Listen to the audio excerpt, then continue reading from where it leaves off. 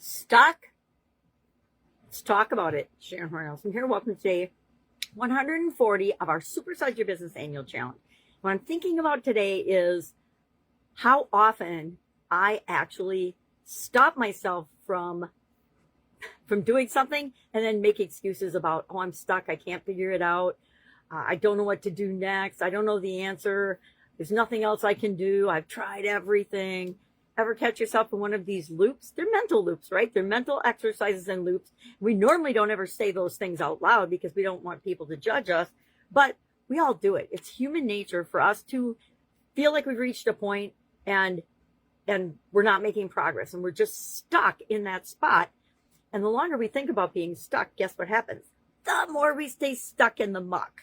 So how do we get out of this? Let's talk about this today as the topic of our annual challenge. Now, I like to do an annual challenge because it means every single day I am taking some sort of action to grow and scale and build and supersize my business. That's my definition of progress is, did I do something today to move my business ahead? We make progress by asking ourselves questions. We get unstuck by asking ourselves questions. And sometimes we need to ask ourselves better questions. If you're feeling stuck or you don't know what to do next, and you keep asking yourself or keep saying to yourself, I'm stuck, I don't know what to do, what's going to happen? You're going to stay stuck and you're not going to know what to do.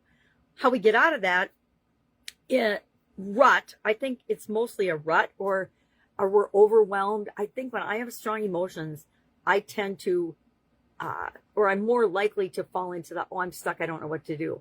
We always know what to do next. This is one of my favorite things to help people with and coach them on, is because everything we need to know is already inside us. Everything we need to do to determine how to take action and get unstuck, it's already inside us. We've already done and succeeded in things tens of thousands of times, if not hundreds of thousands of times, depending on how old we are, that prove to us that we're not ever stuck. We're never stuck in any situation. I used to tell myself, okay, I was in the Italian food manufacturing business for 35 years. And my thinking in that business was not always the best. I loved the business. I loved most everything about it. But I would catch myself in these little mental loops. Oh, we're not growing fast enough. Oh, this person said no, nobody wants this. And just stinking thinking negative loops. And it wasn't until I realized that I have the power to look at what's going on in every situation and every experience I have and decide what it means. If I decide it means something negative, I'm going to get a negative result from the thing I'm thinking about. If I decide that it's positive and it's an opportunity, I'm going to get a positive result out of thinking about that. So today's topic about being stuck is really about, we're stuck in our mind only. We're never stuck in the real world because everything is always changing and moving, whether we're moving along with it or not. We get to decide if we're going to step into the flow of that movement and momentum or if we're going to stay where we are right now. I've gone through periods of my life where, okay, everything's flowing pretty well. We're just going to keep clicking along on these 4 cylinders. But what we really needed to get to the next level was to start clicking on 8 cylinders. Where am I getting these car examples or these motor examples from? So today we are going to practice cognitive flexibility. What the heck is that? Flexibility in our thinking. We're going to get creative with where and what we think. Instead of thinking, I don't know what to do, why does this always happen to me, poor me, and all kinds of thinking junk like that, we're going to catch ourselves thinking those things and changing what we're thinking about, because the fastest way to get the results we want is to change our thinking, change what's inside of us. That's it. We just have to make a different choice and make a different decision. I'm not going to wallow in, oh my God, that customer said no yesterday, or so-and-so has reduced their ordering from us by 50%. Well, so what? We just get another customer, right? There's always something we can do. Strong opinions loosely held is how I like to move forward in my life. Now, if you've ever chatted with me or you know me or the people that know me best, no, I have very strong opinions about things. Sometimes I share them, sometimes I don't. It depends on my audience and who I'm talking to, whether I share certain things or not.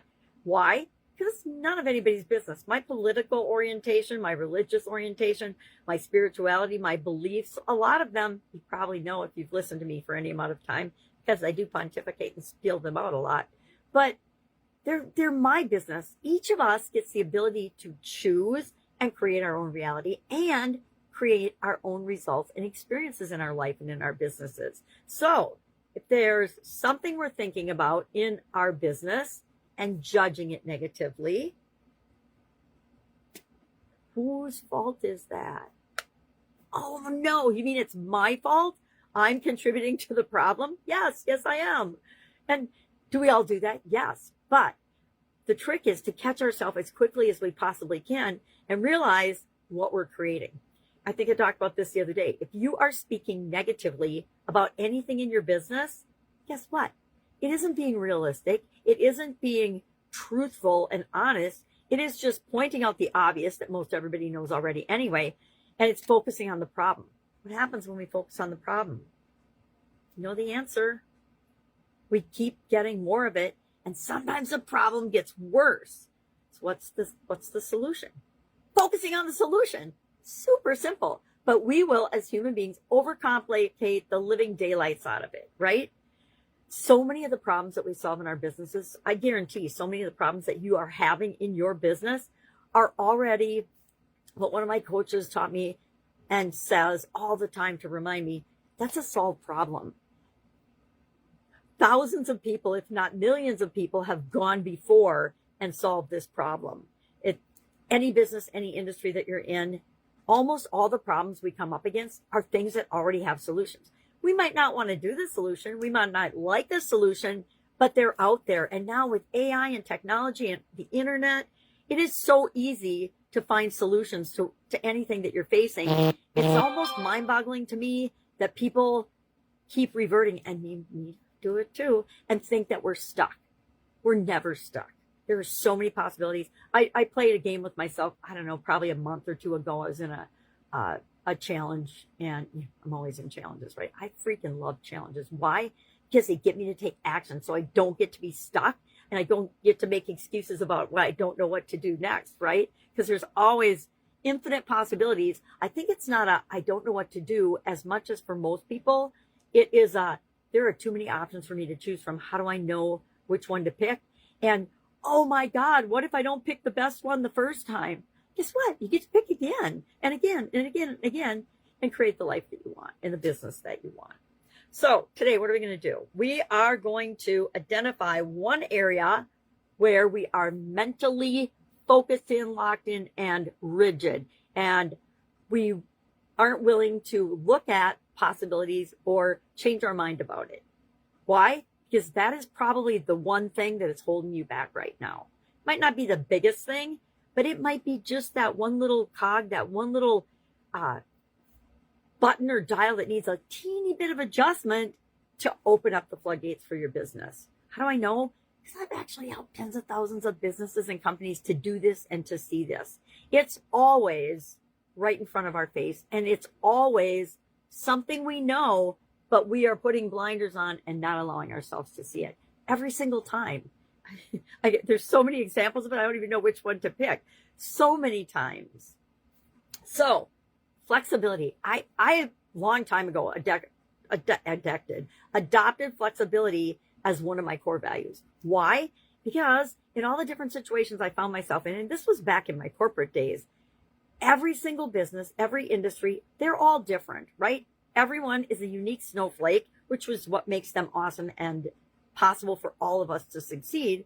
But there's similarities and themes that run through everything. And once you start to see those patterns and those themes, you can pick the ones that are working for you and do more of them.